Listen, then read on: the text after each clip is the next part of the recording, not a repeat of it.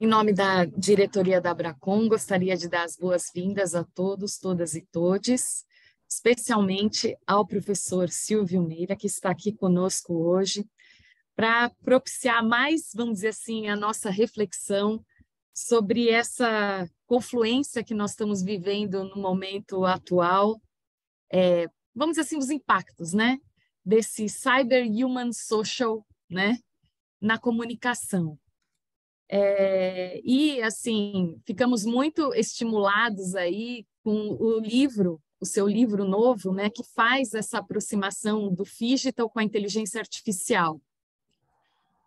Eu, sem mais delongas, acho que vou passar a palavra ao Newton Lemos, que é o coordenador do GT de Inovação, e que está propiciando esse momento para nós e para todos os associados da Abracom, trazendo o professor aqui para essa importante reflexão.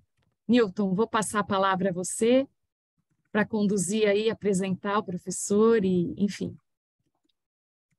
Maravilha, maravilha, Sheila. Meu nome é Newton, tá? Como Sheila falou, eu sou da Voz de Comunicação de Recife, uma empresa que trabalha há mais de 20 anos na área de comunicação, atendendo clientes em basicamente Pernambuco e Nordeste.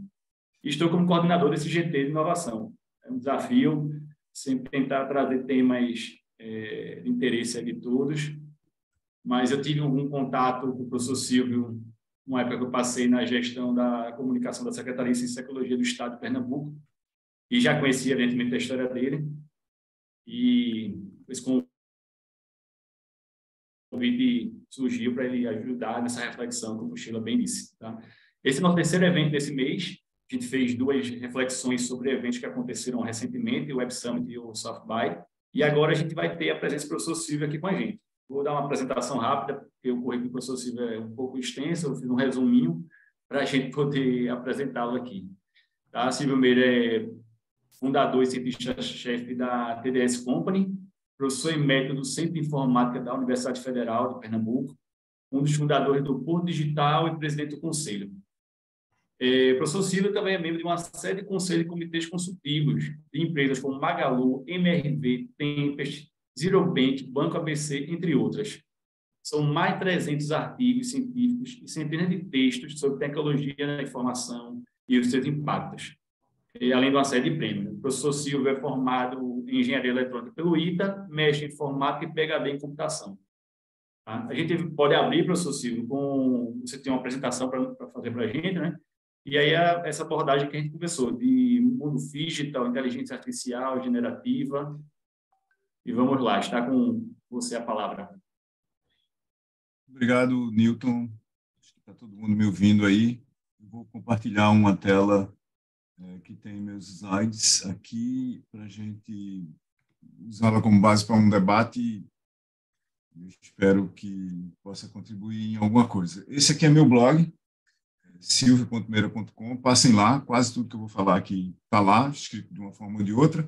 E, no momento, lá há uma longa série de textos sobre efeitos de rede, que é o que fazem os ecossistemas e as comunidades habilitadas por plataformas digitais funcionarem. Esse é meu Twitter, eu todo dia escrevo alguma coisa lá para eu me lembrar que eu tenho que ler depois ou que eu acabei de ler. E hoje eu sou, como foi dito, cientista-chefe e fundador da TDS Company, um dos fundadores e professor extraordinário da César School e professor emérito do Centro de Informática da UFE.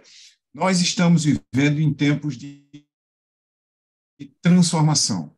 Uma transformação, algo radical, porque a gente deixou de entender quais são os sinais que estão ao nosso redor. O que é que significam os dados que estão sendo emitidos ou criados por sistemas muitos que formam a nossa sociedade hoje. Nós temos alguma dificuldade também de entender o que está conectado com o quê e o que influencia o quê hoje nas redes. Ao mesmo tempo, um conjunto muito grande de novos sinais que são emitidos por novos agentes, não são interpretados propriamente por nós todos para construir painéis que nos deem uma certa visão da realidade.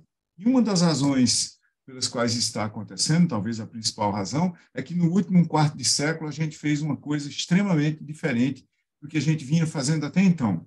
A gente escreveu a sociedade em código. Tudo o que a gente faz hoje é mediado, é incentivado, é moldado, é recomendado, é limitado e habilitado por código, software, algoritmos. O resultado disso é o que a gente podia chamar de um mega DIPARA, um mega processo de transformação, uma mega transição entre estados da sociedade, da economia, da política e, por que não dizer, da vida pessoal.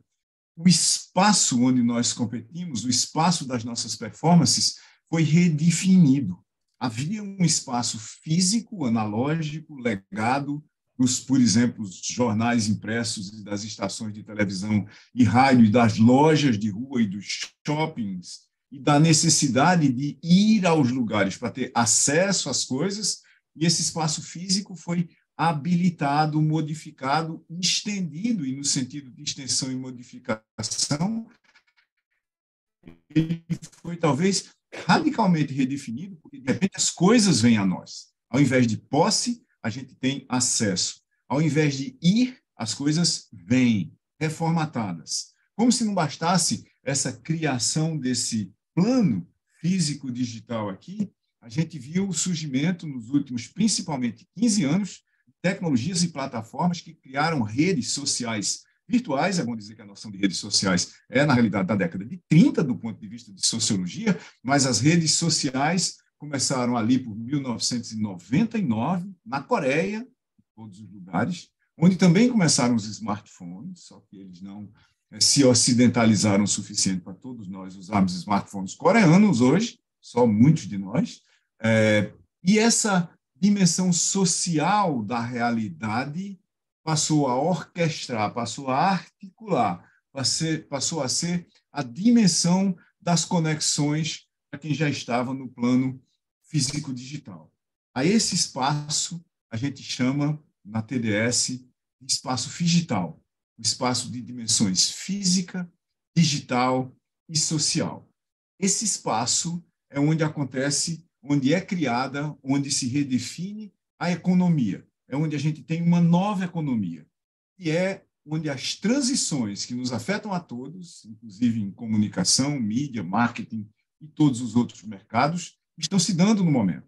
A gente está fazendo uma transição de fase de uma sociedade industrial para uma sociedade, uma economia de conhecimento, com rupturas extremamente radicais, por exemplo, em educação. Vou usar a educação como exemplo.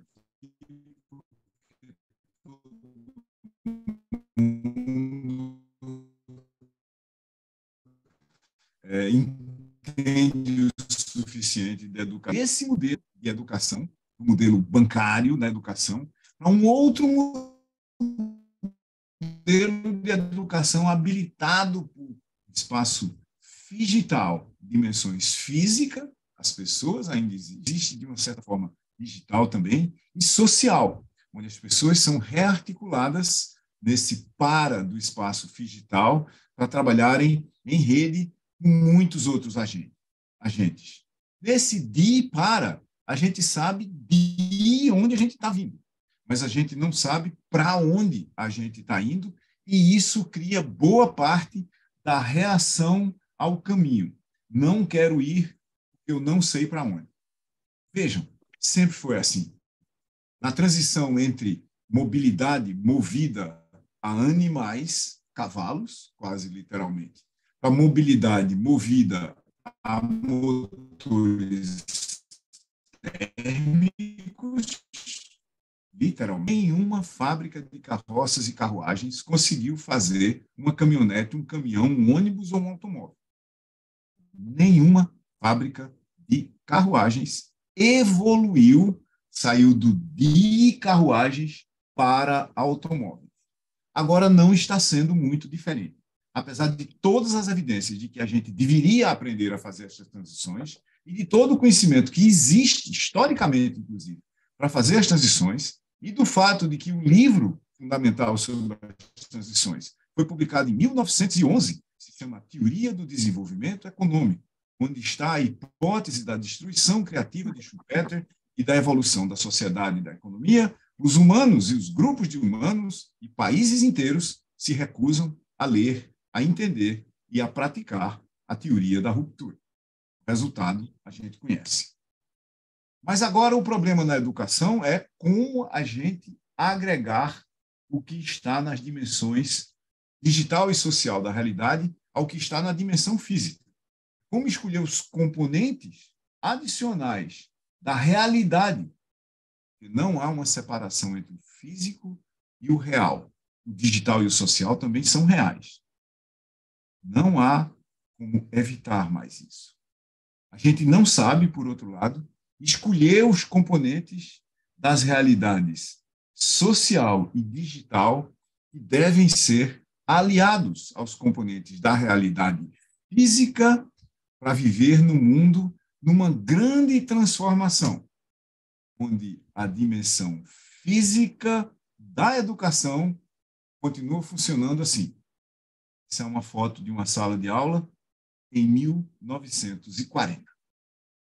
Hoje, um professor lê um livro, na realidade ele pode projetar ele em PowerPoint, que é um pouco mais moderno, e essa leitura, indo para a rede neural dele, é emitida por voz para ir para os sensores de áudio dos alunos, que de alguma forma vão processar essa informação e vão transformá-la em símbolos num papel. Esse processo é revertido por um mecanismo chamado prova, onde os alunos vão capturar o que está no papel de alguma forma nas suas casas e vão tentar replicar exatamente como dado em sala. O resultado a gente sabe qual é. Essa é uma sala de aula na China. Na China, os alunos são obrigados a assistir a aula. Frequência batida, vamos dormir, que a gente tem mais o que fazer quando a gente estiver acordado. Para fazer isso que a gente está vendo aqui, a gente pode fazer com Large Language Models. O que Large Language Models fazem? Eles pegam universos textuais ou simbólicos, em geral, imagens, vídeos, codificam esses universos textuais em redes neurais, mecanismos digitais que simulam o comportamento de neurônios humanos, com muitas restrições, obviamente, e conseguem repetir isso muito bem, por mais incrível que pareça. Aliás, por mais incrível que pareça. Não é nenhuma novidade. Se tem alguma coisa que está codificada em texto, em símbolos de qualquer tipo, a gente certamente pode programar computadores para responder. Não só sabemos agora o que está no texto de treinamento, mas o que pode ser derivado do texto de treinamento em alguma escala, com uma precisão bastante razoável. Large Language Models passaram recentemente nos exames para exercer prática médica em vários estados dos Estados Unidos, para serem contadores e para serem advogados, com nota 98 do exame da OAB do estado de Nova York. Nesse mundo físico da educação, a gente, de repente, viu que tinha a possibilidade de colocar uma dimensão digital. Começou com satélites. Mas o que foi que a gente fez? A gente colocou as pessoas na sala de aula, quietinhas, pegou a imagem do satélite, botou numa tela e disse: prestem atenção, porque a sala de aula se mudou para a televisão. Nada diferente do que nós fizemos na pandemia, quando, pura e simplesmente, levamos a sala de aula e as suas projeções e os seus quadros negros para dentro dos laptops e dos smartphones das pessoas, como é este caso aqui. O processo é exatamente o mesmo. Um professor escrevendo um teorema numa sala de aula e um aluno copiando o teorema no seu caderno. Essa faceta desse processo é absolutamente bizarra. Um professor, usando uma tecnologia da época de Júlio César, em 2021, sendo filmado para ser transmitido para algum lugar, para alguém copiar o que ele está fazendo no quadro, na sala. Esse é um processo que a gente chama de digitalização. Ele tem paralelo na história da transição do cavalo para os motores. E tal exemplo mais claro e também mais obtuso disso. Esse é o London Steam Carriage, é o primeiro veículo automotor para transporte de passageiros no planeta Terra. Ele é de 1803, faz 220 anos este ano. Veja, aqui em cima tem o espaço de uma carruagem. Não sobrou, obviamente, nenhuma foto disso. Não tinha nenhuma foto disso, na realidade, em 1803. Aqui está, literalmente, a parte que carrega passageiros de uma carruagem. E isso aqui teve que ser levantado para uma altura maior do que a do ser humano para colocar o engenho a vapor servir de força motriz para esse meio de transporte. Aqui de onde ele foi copiado. Tira o cavalo daqui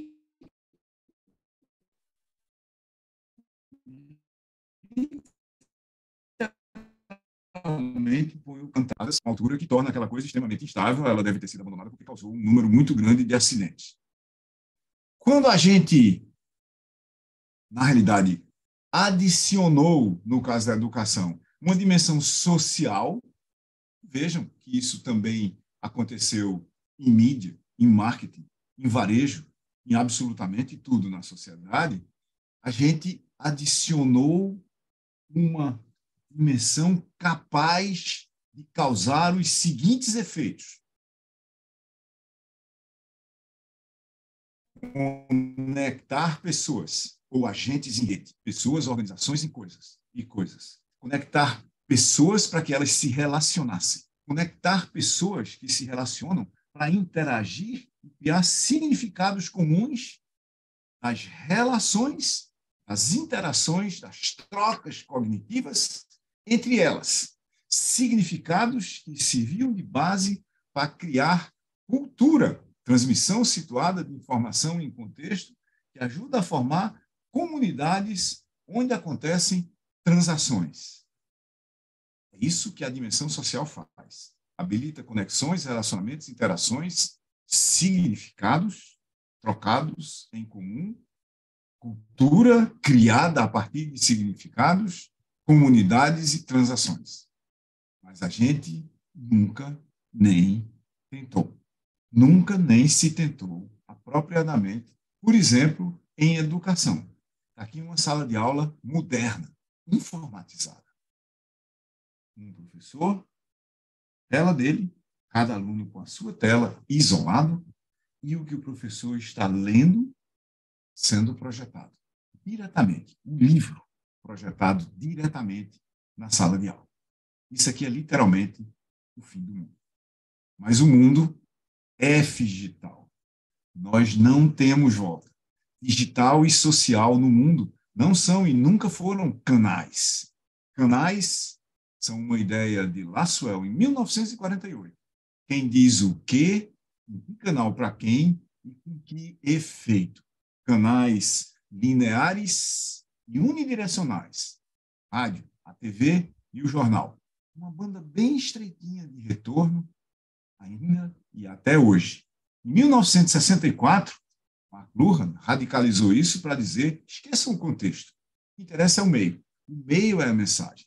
Não interessa nem quem fala, de uma certa forma, e, obviamente, eu estou radicalizando a radicalização dele. Levou mais 32 anos até Manuel Castells, em 1996, dizer que no futuro, quando o mundo tivesse uma dimensão social, além da digital e da física, quando o mundo fosse digital, e isso já fazem 27 anos, tudo seriam fluxos, tudo seriam sequências de trocas e interações propositais, repetitivas e programáveis, realizadas por agentes em rede sobre as plataformas políticas, econômicas e simbólicas da sociedade. Agentes interdependentes em rede. Quando a gente sai do mundo hierárquico e em silos da revolução industrial, das organizações legadas, comando e controle, a gente não sai de dependência para independência. A gente sai de dependência para interdependência no mundo que tem dimensões físicas, digital e social, e onde tudo que acontece são fluxos, que às vezes começam no espaço físico, pura e simplesmente, passam pelo espaço digital ou se articulam no plano físico digital, mas sempre terminam nas 3 dimensões articuladas. Se a gente olhar para entretenimento, para educação, para mídia, de repente chegou alguém para dizer tudo vai ser projetado num novo canal, ao do metaverso. Durou pouco. Não está pronto, não tem infraestrutura para isso, não tem software para isso e ninguém tem o hardware em casa. Mas há muito tempo a gente está vivendo a introdução de uma nova dimensão da performance na sociedade. Não é um novo canal, não é uma nova ferramenta, não é uma nova tecnologia e apareceu muito recentemente na forma de bots, chatbots, como ChatGPT, que é uma dimensão da inteligência. Inteligência, se a gente olhar de perto, e em particular para a inteligência humana, é algo que tem 3 dimensões. A primeira delas é a nossa capacidade de processamento simbólico. Como é que a gente captura a informação do ambiente, como é que a gente processa e codifica essa informação como memória e capacidade de pensar. Essa é a dimensão computacional da inteligência humana, mas não só. A inteligência, a gente podia chamar de animal, que a inteligência artificial também é natural, como a gente vai ver daqui a pouco. A segunda dimensão da inteligência é a dimensão de socialização. A nossa capacidade de nos conectarmos, de nos relacionarmos, de interagirmos com outros seres humanos e criar significados comuns, como linguagens, por exemplo. É isso que nos torna gregários. A terceira dimensão da inteligência animal é a nossa autonomia. É a decisão de ficar ou sair. É a decisão de falar ou ficar calado. É a decisão de fazer uma pergunta ou ouvir uma pergunta. Essas 3 dimensões da nossa inteligência são compostas a inteligência individual, cada um. E educação faz uma coisa mágica. Educação é um transformador. Educação transforma inteligência individual em expertise coletiva. Cada pessoa em grupo trabalhando para resolver problemas que nenhuma pessoa conseguiria resolver sozinha. Cada pessoa em grupo de pessoas diferentes. Não são pessoas que têm as mesmas expertises que resolvem nenhum problema. Tipo, não são os economistas que resolvem o problema da economia. 2 dimensões de inteligência, no mínimo, para a gente fazer qualquer coisa quando a gente pensa em grande escala. Nossa inteligência individual e a nossa inteligência gregária, a nossa inteligência social. E aí apareceu IA. Para todo mundo que não era de computação e não estava envolvido na pesquisa com isso, apareceu em novembro o ChatGPT. Mas, por exemplo, há 10 anos, aproximadamente, ou um pouco mais, dependendo do país em que você esteja, análise de imagens obtidas por scanners de todos os tipos, máquinas de radiologia até tomógrafos, são feitas por inteligência artificial. Hoje, inteligência artificial analisa imagens médicas com uma taxa de erro menor do que 1,5%, na vasta maioria dos casos, e menor do que 0,5% em muitos casos. Só para constar, isso é muito melhor do que humanos fazendo a mesma coisa. Mas tem detalhes que a gente pode discutir depois. IA aparece e cria uma nova dimensão da inteligência e da performance humana e das organizações quando a gente pensa grande. Não é a inteligência individual, a nossa capacidade de processamento simbólico, a nossa capacidade de socialização e da nossa autonomia. É a nossa inteligência individual composta com a inteligência social como outra dimensão da inteligência, do espaço econômico e na sociedade como um todo, e agora uma nova dimensão, a inteligência artificial. Eu chamado inteligências individual, social e artificial, um novo espaço estratégico para criar, colaborar e agir. Vocês podem pegar nesse QR Code aqui no site da TDS. Esse texto foi escrito em menos de 50 horas, em 4 dias, 5 pessoas em conjunto, usando inteligências artificiais, inclusive para criar essa capa que está aí. A gente não teria conseguido fazer isso no tempo que a gente fez, inclusive porque num desses 4 dias era o Dia das Mães, era o domingo que era Dia das Mães. E no sábado, muitos de nós não conseguiram fazer nada porque estavam procurando o presente das mães, como sempre, de última hora.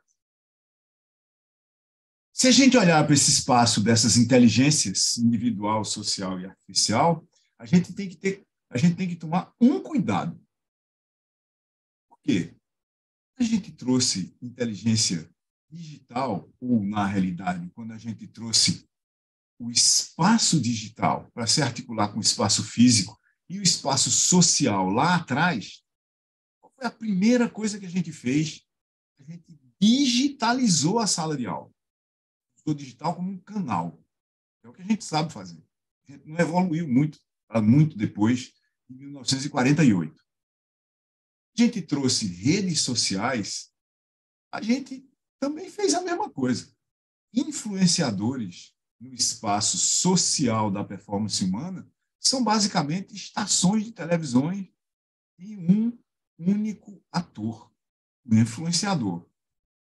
Cuidado que a gente tem ao trazer inteligência artificial como uma dimensão da performance humana é a gente não fazer uma artificialização dessa performance, assim como a gente fez uma digitalização do que a gente fazia antes. Não transformamos os processos e até hoje, por exemplo, em mídia, em marketing, em publicidade, a gente continua agindo como se físico, digital e social fossem canais. E não são. São dimensões da performance. Do ponto de vista de inteligência individual, social e artificial, são dimensões da performance e o que a gente vai precisar fazer é uma transformação dessa performance humana para sair do modelo de indústria para o modelo de conhecimento, uma nova economia de conhecimento. E aqui vai ficar claro porque eu usei a educação como exemplo lá atrás. Porque na economia do conhecimento, todo negócio é de aprendizado. Uma razão bem básica. Quando a gente põe inteligência artificial no pedaço e ela consegue replicar o que os humanos codificaram tão bem, perceptivelmente, inclusive, quanto os humanos, o que sobra para os humanos é criar e aprender. É criatividade. Principalmente para humanos que exercem funções que estão codificadas na literatura e podem ser escritas em algoritmos. Eu não estou falando de humanos que montam carros. Eu não estou falando de humanos que limpam ruas ou podam árvores. Estou falando de humanos que atuam em processos na justiça, dão diagnósticos médicos, escrevem textos de publicidade nos jornais e textos científicos. Todos os negócios, daqui para frente, são de aprendizado.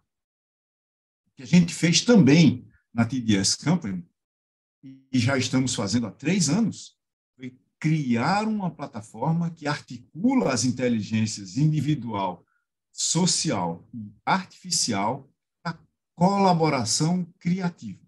Se a gente quiser, estamos na sociedade nas empresas que têm que aprender para sobreviver, o aprendizado coletivo.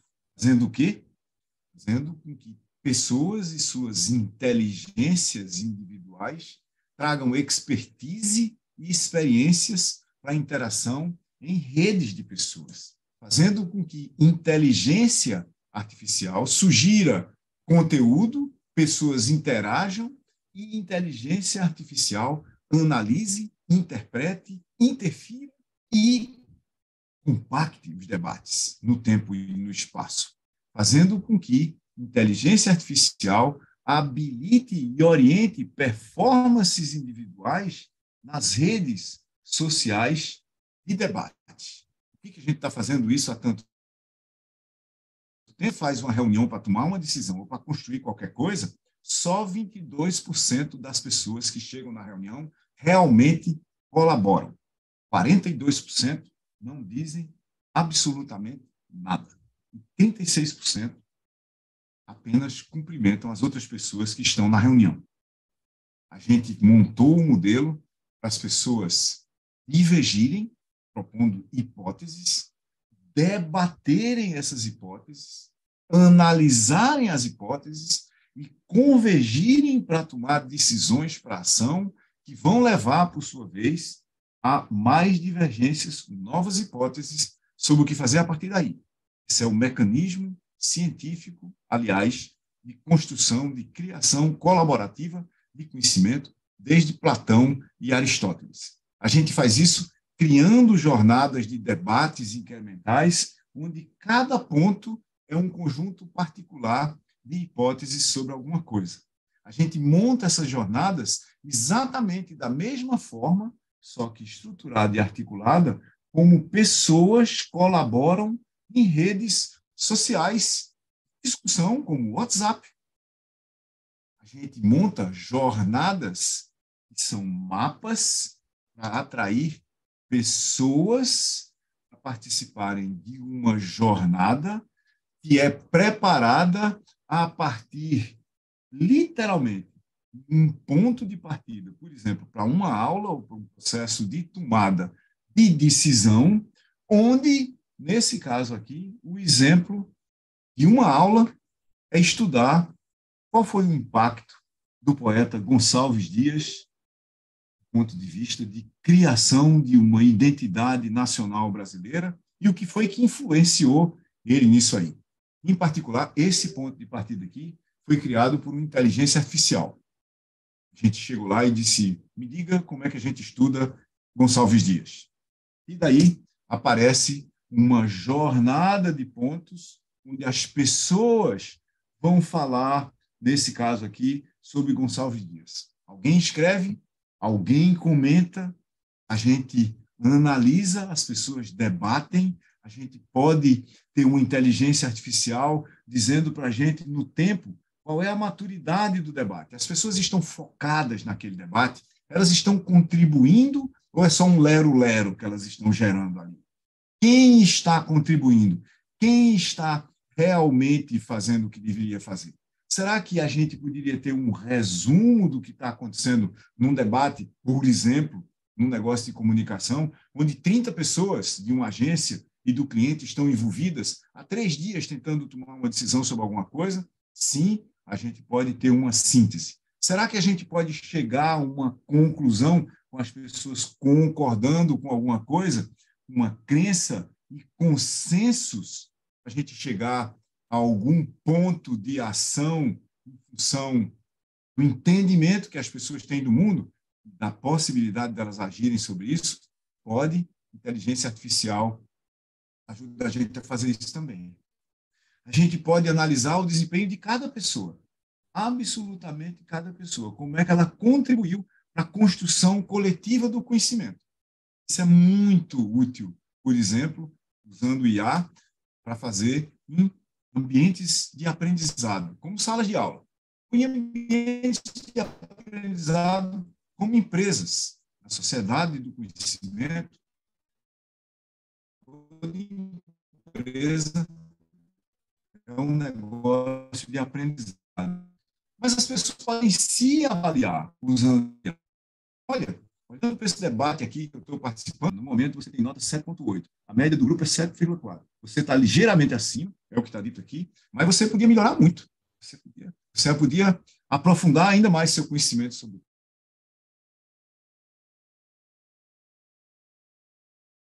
em nada, absolutamente nada. E, obviamente, a gente pode criar mecanismos, isso aqui é um exemplo de como é que a gente cria uma demanda para umas pessoas escreverem um texto, escreva um texto sobre tal coisa. Esse exemplo aqui, escreva um texto sobre a redação do Enem. Escreva um texto que tem o formato de uma redação do Enem, o papel da ética e da cidadania na formação do indivíduo na era digital. Está aqui a descrição do tema, e uma vez feito isso, nessa plataforma, as pessoas podem eventualmente escrever a sua redação. Aqui o caso de uma redação sendo escrita. Se a gente disser quais são os critérios de avaliação, aqui a redação sendo avaliada, todos os detalhes, com a margem de erro, a nossa margem de erro atual é 2% ao redor da margem de erro da correção de redação do Enem, mas a beleza dessa história é que as pessoas podem usar a inteligência artificial para orientarem a sua escrita da redação ou de um texto sobre qualquer coisa. Se é que tem um texto a ser escrito sobre um conflito de uma empresa com seus clientes, por exemplo, seus fornecedores, a gente pode ter exatamente o mesmo tipo de recomendação para fazer isso, o que cria, do ponto de vista do aprendizado nos negócios, uma zona de desenvolvimento digital das pessoas e seu entendimento de mundo. Isso é uma brincadeira, obviamente, de André Neves, com a ideia de zona de desenvolvimento proximal de Vygotsky, que é um dos grandes teóricos da educação. Isso aqui é representado da seguinte forma: esse círculo aqui, dentro do círculo, né, e os limites dele, é o que uma pessoa pode aprender sozinho. A zona de desenvolvimento proximal é que uma pessoa pode aprender quando associada a outras pessoas para aprender em conjunto. A gente, quando olha para o que acontece em Strategia, calma aqui, deixa eu voltar para cá. Isso aqui é uma rede de debates em Strategia, onde as pessoas estão colaborando. Cada ponto vermelho são respostas de pessoas que estão participando de debates em Strategia, e cada ponto verde são comentários às respostas que outras pessoas já deram. Isso aqui é um debate rodando há algum tempo dentro de um grupo que está aprendendo a fazer alguma coisa, e a gente, por esse grafo, consegue analisar exatamente quem está contribuindo e fazendo o quê, usando uma combinação de inteligências artificial, social e individual para a construção coletiva de conhecimento. Os dados que a gente tem em Strategia, ao contrário daqueles que eu mostrei lá no começo, lembrem-se, só 22% das pessoas participavam efetivamente colaborando para resolver um problema num debate ou numa construção oral numa sala de reunião. Aqui, usando essa plataforma, 76% colaboram. 70% de crença média nas decisões que estão sendo tomadas, com 80% de consenso. Se vocês quiserem ver como isso funciona, esse QR Code é para uma jornada em Strategia sobre o processo de aprendizado e como é que vocês podem participar disso. É só criar um login, a entrada é gratuita, sejam bem-vindos. Muito obrigado. Obrigado, professor Silvio. O chat está aberto para perguntas. Quem quiser também abrir o áudio para perguntar alguma coisa, fique à vontade.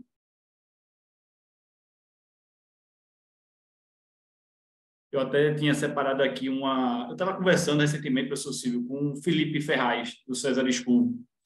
Um debate que surge quando você fala muito sobre inteligência artificial, todo esse panorama, a gente pensa muito na questão de segurança também, né?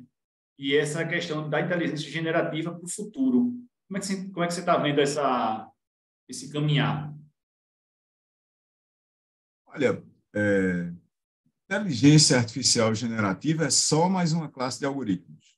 Ela cria uma peculiaridade muito interessante aí, que é uma classe de algoritmos que, em particular, consegue repetir parte do conhecimento, da inteligência computacional de seres humanos. Ela tem zero de capacidade de socialização, como eu falei antes, e a menos que você desenhe isso, é o que a gente fez dentro de Statid, né? A gente tem algoritmos para fazer ela interagir com as pessoas, e tem, obviamente, zero de capacidade de autonomia. Você pode contaminar esse processo de inteligência artificial de várias formas. Por exemplo, você pode contaminar o processo de treinamento, você pode contaminar o processo de uso, você pode contaminar o processo de tomada de decisão, você pode contaminar vários processos que estão aí, mas a gente conhece esses mecanismos há muito tempo, porque, do ponto de vista de segurança, que foi o que você perguntou no fim, é o mesmo problema de segurança de algoritmos. Algoritmos, por definição, não são completamente seguros. Seres humanos também não, by the way. Né? A gente não pode confiar que um ser humano não vai dar uma surtada logo ali na esquina, ou num sushi bar, né, que de repente você não vai ter alguém fazendo sashimi e no minuto seguinte ele não vai cortar o pescoço do cliente que está na frente dele ou dela. Então, não tem muita novidade, não, do ponto de vista de segurança. Tem algumas precauções adicionais, tem, obviamente, algum grau de responsabilização que está indefinido.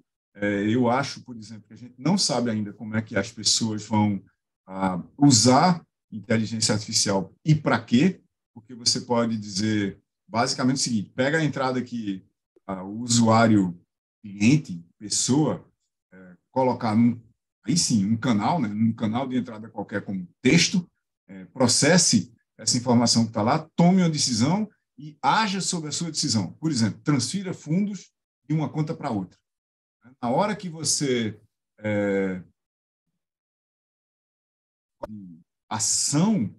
a decisão de inteligências artificiais, veja, generativa é só um detalhe. Né? Generativa é uma classe de inteligências artificiais. Tem muitas outras classes. Eu não acho que a gente devia ficar impressionado com isso, não. Eu acho que a gente devia ficar impressionado muito mais, e ao invés de ficar, não, mas quais são os riscos, não sei o que lá, esqueça, está cheio de risco por todo canto. Não é porque uma coisa é arriscada que a humanidade deixou de usar. Vida e energia nuclear, tá certo? A gente usa, faz parte do contexto e está aí, e teve um efeito colateral de criar bombas atômicas. Aliás, bombas atômicas foram criadas primeiro, como todos nós sabemos aqui. O problema que a gente tem aqui nessa sala é o seguinte: grandes modelos linguísticos representam a obsolescência iminente do profissional criativo mediano e abaixo dele. Profissional criativo mediano, aquele que está lá, e você tem uma dificuldade danada de convencer ele a escrever um texto que presta, esse daí acabou de se tornar obsoleto. Eu posso pegar a encomenda que eu dei para ele escrever e eu escrever diretamente. Eu pego a minha encomenda, que eu vou ter que escrever de qualquer maneira, ponho numa inteligência artificial como Vicunha, Llama, Lambda, Bard ou qualquer outra, e ela me dá esse texto do profissional criativo mediano prontinho. A edição que eu iria fazer no texto dele, eu faço nesse meu. Já está pronto. Isso acabou. Então, essa é a crise que eu acho que a gente vai enfrentar agora. E esse profissional criativo mediano, como eu disse antes, vai de médicos, de diagnósticos, obviamente a gente não chegou em cirurgião ainda, passa por advogados, jornalistas, publicitários, gente de comunicação como nós aqui, todo mundo mais. Perfeito. Temos uma pergunta aqui, Franz, pode abrir aí o áudio? Bom, professor, falo aqui de Belo Horizonte, uma honra estar aqui nesse painel, aqui conversando com vocês, especialmente com você, porque eu trabalhei 5 anos com divulgação científica pela Fundep, então a gente sabe o quanto que a gente precisa reinventar as formas de comunicação, né, para sair do tradicional. Eu acho que o universo da pesquisa é onde estão levantando as perguntas, né, sobre novas formas de fazer. Porém, eu me sinto um pouco frustrada, porque quando você volta para os sistemas sociais, e você trouxe muito bem uma instituição, que é a instituição de ensino, eu vejo as organizações também no mesmo formato que você nos trouxe sobre os bancos escolares, né?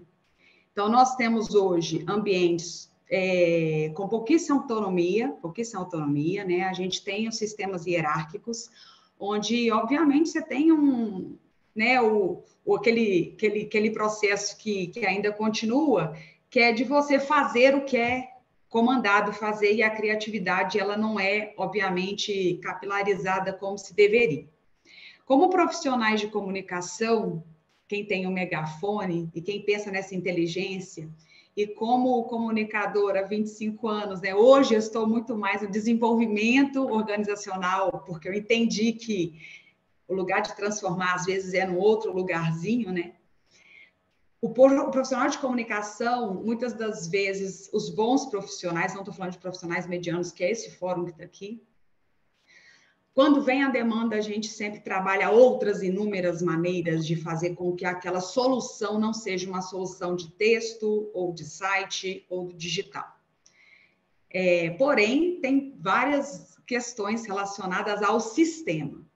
O que eu falo é, o que você poderia trazer para a gente de inspiração, projetando o futuro da comunicação, entendendo esses sistemas que já estão ruindo, mas que ainda perdurarão na nossa realidade brasileira? Eu acho que eles perdurarão, Francis, na realidade do mundo inteiro, mas não perdurarão por muito tempo, entendeu? Então, como eu dei o exemplo das fábricas de carruagens, veja, toda empresa tem um destino certo. Se a gente fizer as contas aqui, um dia desse eu fiz uma palestra sobre São Francisco de Assis, que é bastante exótico, considerando que eu sou ateu, mas era sobre São Francisco e inovação, né? Em São Francisco, para a gente fazer uma conta aqui, só há 250 empresas no mundo hoje que foram criadas antes de 1250. Certo? 3 delas foram criadas por ele. 3 delas foram criadas por São Francisco. Uma pessoa criou 1%, mais de 1% de todas as empresas que sobreviveram e que foram criadas antes de 1250, 750, mais de 750 anos. Todo o resto foi para um único lugar. É o grande cemitério do CNPJ. E a minha crença é tranquila aqui. Eu não estou nem preocupado se as empresas vão sobreviver. O que eu quero é que a agência humana sobreviva. A gente tem que subir a nossa barra.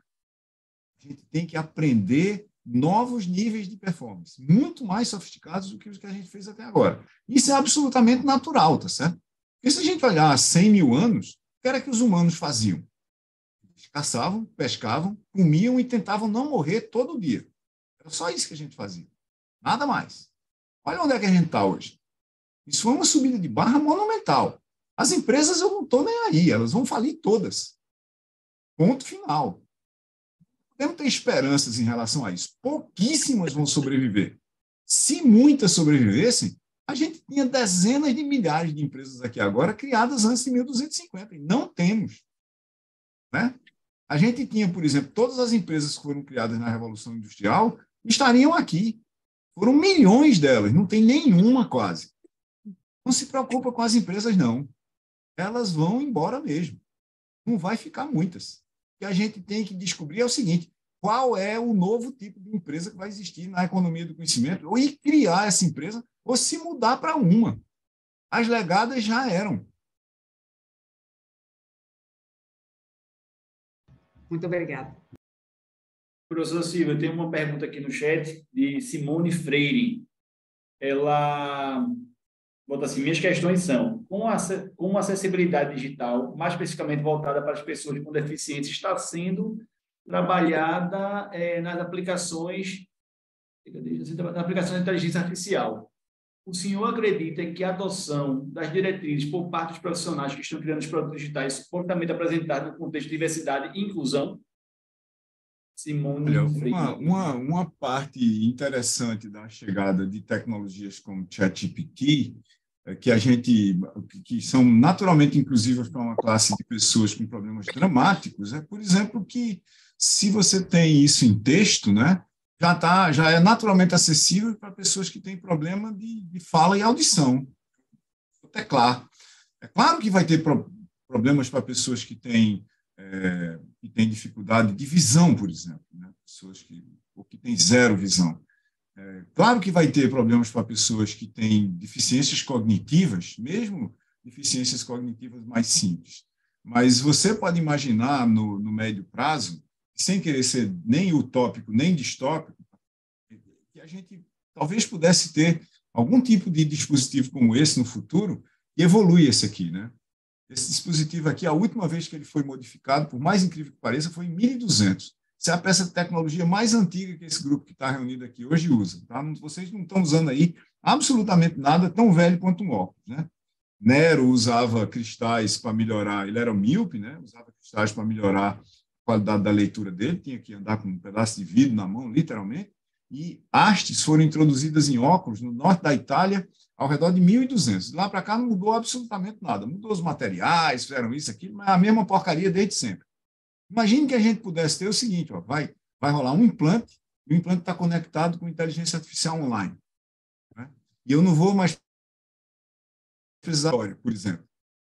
Eu preciso saber de alguma coisa de história, eu simplesmente arranjo um jeito de piscar meu olho ou de pensar, né? Você tem hoje, sem usar conexão direta textual e ondas de raciocínio, mas você tem hoje como saber o que é que uma pessoa está querendo dizer usando simplesmente as conexões neuronais que estão ativas nessa pessoa, mesmo que ela seja completamente incapaz de pronunciar uma única palavra. Isso já é verdade hoje em laboratório. E a gente tem que olhar para isso num cenário de longo prazo. Tá? Esse grupo aqui ele não vai ter nenhum problema resolvido. A gente só vai ter problemas a mais. Mas imagina daqui a 10 mil anos. Esse pedaço da humanidade que está aqui conosco agora, inclusive nós próprios, não é especial. Nós não somos especiais, né? É o princípio de Copérnico. Da mesma forma que a Terra não é especial, ela é só mais uma rocha em órbita ao redor de uma estrela de menor porte, inclusive, né? Não tem nada especial nesse sistema solar aqui. Nós, pessoas físicas que estamos nessa reunião aqui, não somos especiais em relação ao resto da humanidade. A humanidade vai estar aqui por milhões de anos, uma forma dela. Então, daqui para frente vão acontecer coisas que, quando olharem para trás, vão ficar tão impressionados conosco como nós ficamos impressionados sobre como é que os humanos sobreviveram a 100 mil anos. Diga, Sheila. Professor, eu fiquei muito impactada com a palavra artificialização, né? E com o que o senhor falou sobre o profissional criativo mediano, né? Fiquei pensando assim, com esse objetivo da agência humana realmente sobreviver, né? Que essa deveria ser a nossa preocupação essencial, eu acho. Para que essa agência humana sobreviva, sendo de nós, nesse momento, né, de alguma forma, cobrado que nós sejamos artífices dessa artificialização, quais as competências que o senhor acha que são necessárias ou que já estão aparecendo aí nesse cenário, que nós precisaríamos desenvolver para superar essa mediocricidade? Veja, Sheila, essa é a pergunta que vai redefinir a humanidade, certo? Ela redefine a humanidade desde o começo, tá? Vamos voltar lá atrás. Tá? Sócrates era contra a escrita, Sheila. Sócrates. Por que ele era contra? Ele era contra pelo seguinte, e o raciocínio dele não tem nenhum erro. Ele era contra a escrita pelo seguinte, ele dizia que se as pessoas aprendessem a ler e a escrever, elas iam diminuir a necessidade que elas teriam pela memória. E isso ia diminuir a agência humana. Muito pelo contrário, né? Exatamente porque a gente aprendeu a ler e escrever, a gente mudou a humanidade inteirinha, né? Quando você escreve, você deslocaliza o seu pensamento no espaço e no tempo, ao mesmo tempo. Eu escrevo alguma coisa, eu mando meu pensamento para outros lugares, compartilho com outras pessoas que eu jamais compartilharia, e eu mando para o futuro. As pessoas no futuro vão dizer, esse cara aqui escreveu essa coisa, e é totalmente irrelevante, ou é completamente irrelevante, ou tem que ser repensada nesse contexto que a gente está agora. Toda vez que você tem uma transição de fase na história da humanidade, as pessoas entram em colapso sistêmico. O mundo agora se acabou. Não, não se acabou. Se acabou o nosso mundo. Isso é uma frase de Douglas Adams. Douglas Adams dizia que tudo que existe no mundo quando você nasce é absolutamente normal. Então, quem está nascendo hoje está nascendo num mundo que tem inteligência artificial generativa em chatbots. Tá massa, já nasceu assim.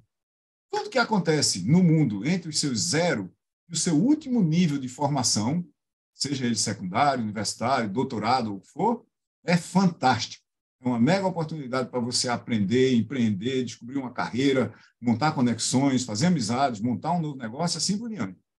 O que acontece depois desse seu último nível de formação universitária, ou qualquer que seja, é o fim do mundo. Você se preparou para um mundo e o seu mundo se acabou. E isso é o que a gente tem que mudar na transição da economia industrial. Eu fui preparado para processar a informação de contabilidade numa empresa estável que estava ali entre 1945 e 1980, mais ou menos, uns 30 anos de estabilidade que a gente teve na economia, pelo menos a estabilidade mais recente, e eu entrei numa nova dinâmica. Eu entrei numa dinâmica que todo dia alguém publica alguma, aspas, ferramenta nova em alguma daquelas dimensões física, social e digital do universo, ou nas dimensões individual, social e artificial da inteligência. Aí a gente vai ter que viver aprendendo. Eu acho que isso é a única coisa que diferencia os humanos de todo o resto. O que aprender para aprender vai depender de cada um. Mas tem uma coisa que a gente tem que aprender, que são fundações. Acho que as pessoas chegam para mim, às vezes, e dizem: professor, olha, eu estou aqui em publicidade, mas eu não quero entender absolutamente nada de lógica. Eu não quero fazer nada desse negócio que tem a ver com algoritmos. Então, olha, uma boa ideia é você se aposentar e plantar alface. Isso enquanto não tem um robô que planta, trata e colhe alface. E a gente vai chegar lá também, mas isso não é prioridade agora. Então, se tem um negócio repetitivo que você pode codificar em software e você tem dificuldade de encontrar humanos para fazer, você vai criar uma máquina para fazer isso, você vai criar um sistema para fazer isso. Eu não sei se vocês percebem, por exemplo, todos já pensaram nessa história, que a gente vai automatizar, antes de automatizar os veículos de uso pessoal do ponto de vista de dirigibilidade, de autonomia, a gente vai automatizar os caminhões de longa distância.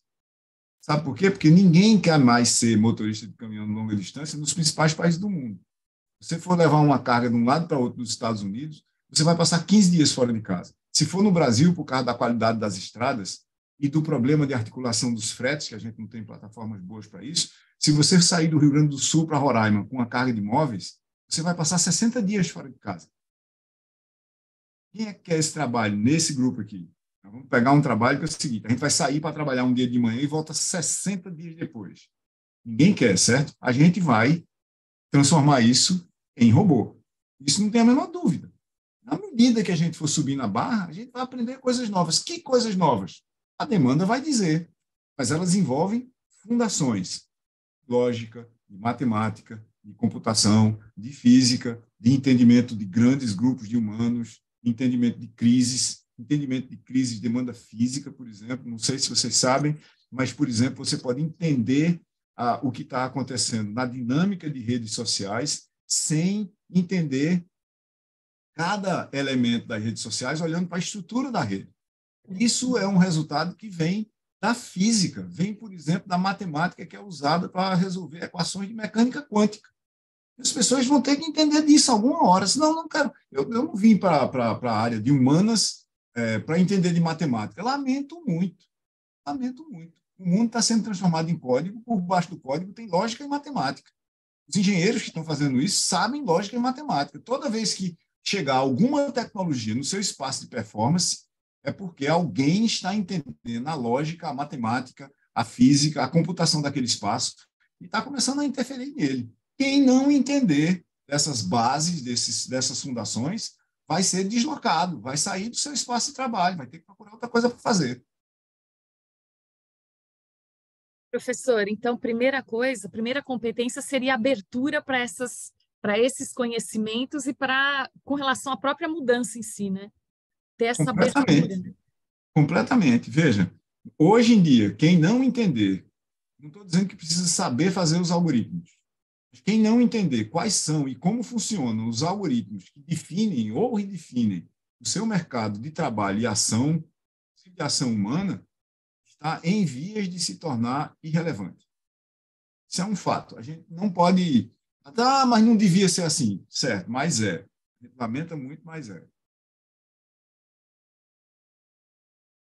Em outras palavras, aprendam a programar. Tinha mais alguém que levantou a mão?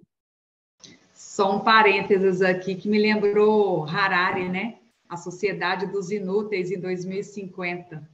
Eu acho que Harari é completamente distópico, está completamente errado. Ele é um excelente historiador e um péssimo futurista.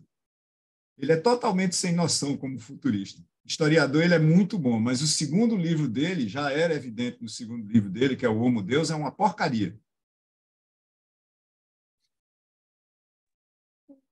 Eu gosto das provocações. Ele já respondeu. Obrigada. Maravilha. A gente está chegando aqui no horário do fim da nossa reunião. Queria aproveitar para agradecer. Não sei se alguém tem mais algum questionamento para fazer, alguma colocação.